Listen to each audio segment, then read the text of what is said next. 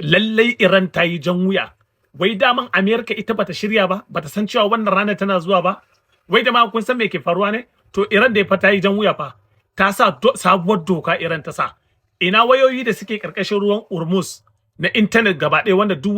wani transfer da ake na kuɗi da wani intanet da yake yawo to yana karkashin wannan ruwan. To Iran ta ce duk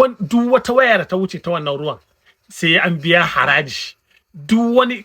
abin da ka sani wanda zai wuce ta karkashin ruwan nan to dole ne sai mutum ya biya haraji. Wanda kuma duniya gaba ɗaya da ka sani a rana ana transaction na kuɗi fiye da dala da fiye da 10 trillion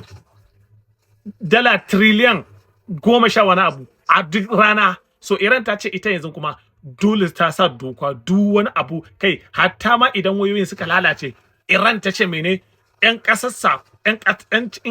Iran wa'inda su already daman sun kware ta nan bangaren su ne za su ringa lura da wani gyare-gyare da wani shirye-shirye ko ma menene. So wannan fa shine fa ana wata ga wata. Wannan wani doka ce wanda Iran za ta sa wa duniya ma gaba daya. Kai gaskiya Iran fa tana buga fa karshe. Jama'a bai za ku iya cewa ku rubuta mana kasan comment. Sannan ga talla na kawo muku ga wata hanya da za ka samu naira 800 kyauta. Ga wata hanya da zaka samu naira miliyan 3 kai har zuwa naira miliyan 4 ba tare da ka sa ko sile 5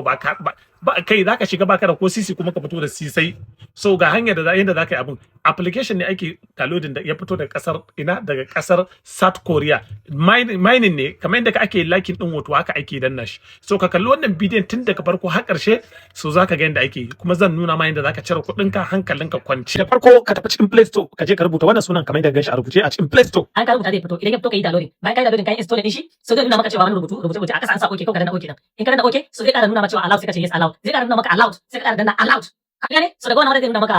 Google sai ce ka zabi email din da kake so kamar da kake sai ka danna continue sai ka zabi email din da zaka amfani da shi sai ka danna bayan ka danna zai ce ka rubuta sunan da kake so kai amfani da shi sunan da zaka kira shi so sunan da zaka sa asali sunan da ke cikin ID card ɗinka saboda akwai KYC a tabbatar da kai mutum ne ba wanda sai ya shiga akan ɗinka ya samu sata mara kuɗi dole sai ka sa saboda kamar ka zo cewa dole zuwa nan sunan naka in ba wannan sunan ba za ka shiga kuɗin ka ba so sunan ka da ke cikin ID card da shi zaka yi amfani so zaka rubuta sunan ka